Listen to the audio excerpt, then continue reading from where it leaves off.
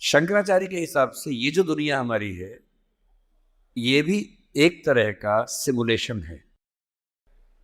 अंतर सिर्फ इतना है कि हम कैरेक्टर हैं और उस वीडियो गेम का रिमोट किसी और के हाथ में है। कोई हमारे साथ खेल रहा है और हमें लगता है कि मैं सीए बन गया, वहां से बटन कैसे चलाया, अब सीए बन गए। और आप उछल रहे हैं, ये कर रहे हैं, वो कर रहे हैं, अचानक उससे गलती हुई, यहां मामला खत्म। जैसे वीडियो गेम में आपसे गलती हुई, 15 वाला खत्म हो जाता है। इतनी फानी किस्म की जिंदगी, इतनी बुलबुले जैसी जिंदगी, उस जिंदगी में इन छोटी छोटी बातों में इतना लीन होकर डूबे रहना, मेरे ख्याल से इससे खराब जिंदगी कोई नहीं हो सकती।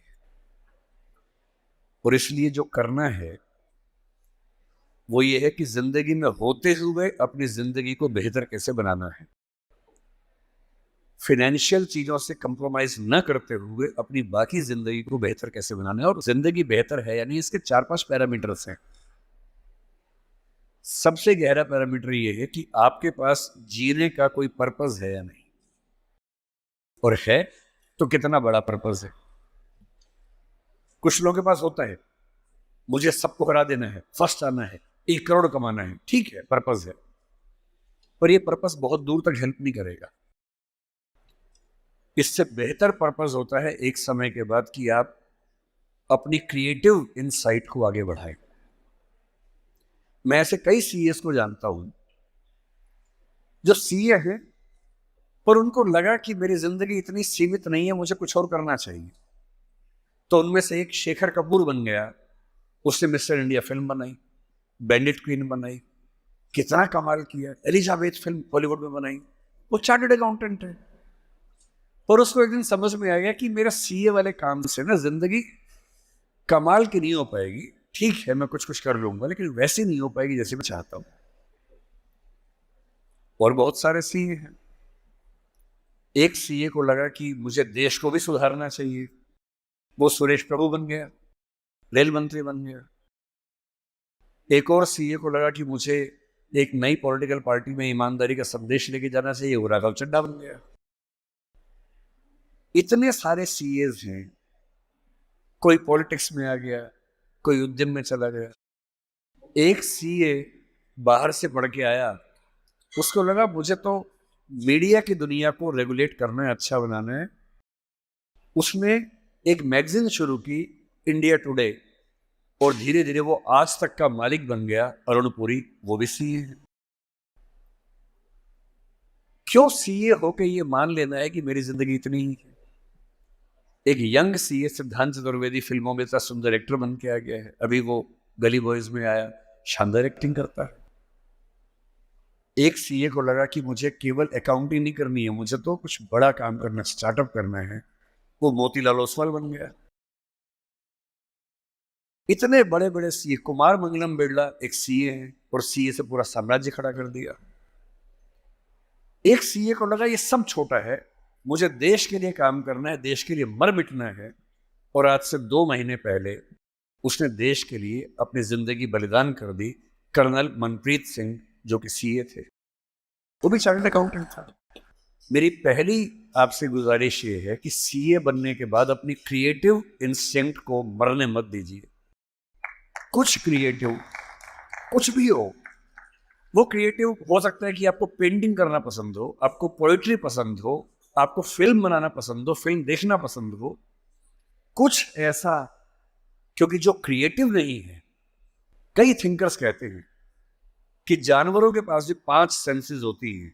मतलब सबके पास नहीं, लेकिन जैसे गधे के पास है, गाय के पास है, भैंस के पास है, 5 सेंसेस हैं। हमारे पास 5 सेंसेस हैं। तो वो कौन सी चीज है जो मनुष्य को उनसे अलग करती है? तो वो क्रिएटिव सेंस है। और जिसने अपनी क्रिएटिविटी को ही मार दिया, फिर वो तो एक मशीन है, फिर काहे का इंसान है। इसलिए मेरी पहली गुजारिश आप सबसे ये है कि सीए होते हुए कुछ ऐसा क्रिएटिव शौक पाल लीजिए कि दिन में 1 घंटा मस्ती से गुजार सकें उसमें।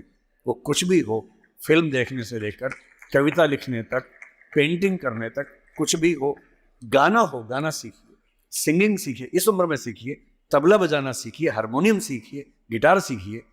कुछ ऐसा जो करते हुए डूब जाने का मन करे, बस कुआं खोदना मत सीखना, उसमें डूब गए तो मुश्किल हो जाएगा। बाकी कुछ भी जिसमें आपको मजा आता हो सीखिए। दूसरा, एक ऐसा पर्पस जीवन में रखा, बेशक इतना सा पर्पस हो, जैसे आपके लिए सबसे आसान क्या है, अपने आसपास 2 4 5 लोगों को सिर्फ इतना समझा दीजिए कि फाइनेंशियल विजडम जीवन में कैसे काम करती है, अपने पैसे का इस्तेमाल कैसे करना है, पैसा कमा के कैसे सेव करना है, कैसे इन्वेस्ट करना है, क्योंकि उस मामले में आपका मुकाबला कोई कर नहीं पाएगा।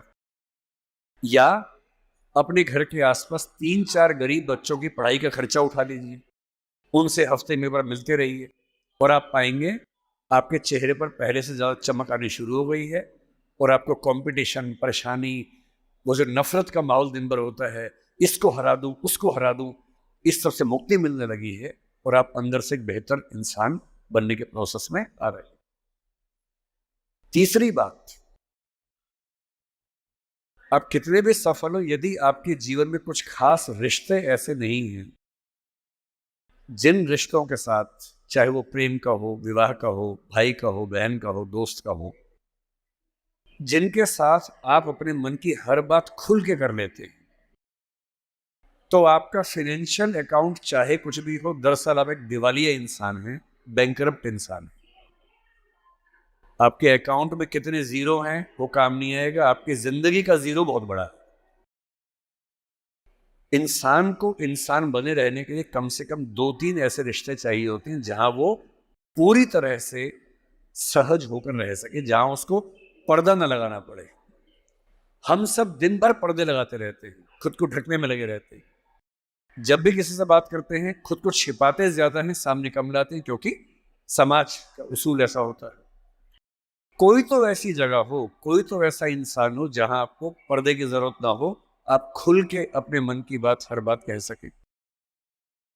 इसलिए मैं अपने जो काउंटर पार्ट्स हैं, चाहे वो सिविल सर्वेंट्स हो, चाहे आप सीए हैं, मैं अक्सर कहता हूँ कि जिंदगी की बैलेंस शीट में पैसे के साथ साथ creativity, emotional satisfaction, personal space. Personal space का मतलब ये होता है कि आपका जीवन बहुत सारे लोगों का है, आपके परिवार का है, आपकी कंपनी का है, आपके क्लाइंट का है, सबका है। और अक्सर आप देखेंगे कि आपका जीवन सिर्फ आपका नहीं है, बाकी सबका है। दिन भर ऑफिस में रहे, 24 घंटे मिलते हैं, 8 सोने में गुजर गए, 1 2 घंटे तैयार व्यार होने में चले गए 10। आपकी जॉब कम से कम 8 10 घंटे कम से कम लेती होगी, सीए की जॉब तो बड़ी मुश्किल है, 20 घंटे हो गए। घर पहुंचे, परिवार ने कहा कि हमारा टाइम, पति या पत्नी ने कहा मेरा टाइम, बच्चों ने कहा मेरा टाइम, उनको दिया, सब हो गया, अपने लिए कुछ नहीं बचा। और इसी जद्दोजहद पर एक शायर ने, कृष्ण बिहारी नूर ने, कितनी सुंदर बात लिखी, वो सुन के हिल जाएंगे आप। लगता है कि हम सबकी जिंदगी का स्कैन, एक्सरे निकाल दिया हो। उसने कहा, इतने हिस्सों में बट गया हूं मैं, कंपनी, क्लाइंट, परिवार, बच्चे, स्कूल, ये सारा ठिकाना, इतने हिस्सों में बट गया हूं मैं, मेरे हिस्से में कुछ बचा ही नहीं। जिंदगी से बड़ी सजा ही नहीं, और जुर्म है क्या पता ही नहीं।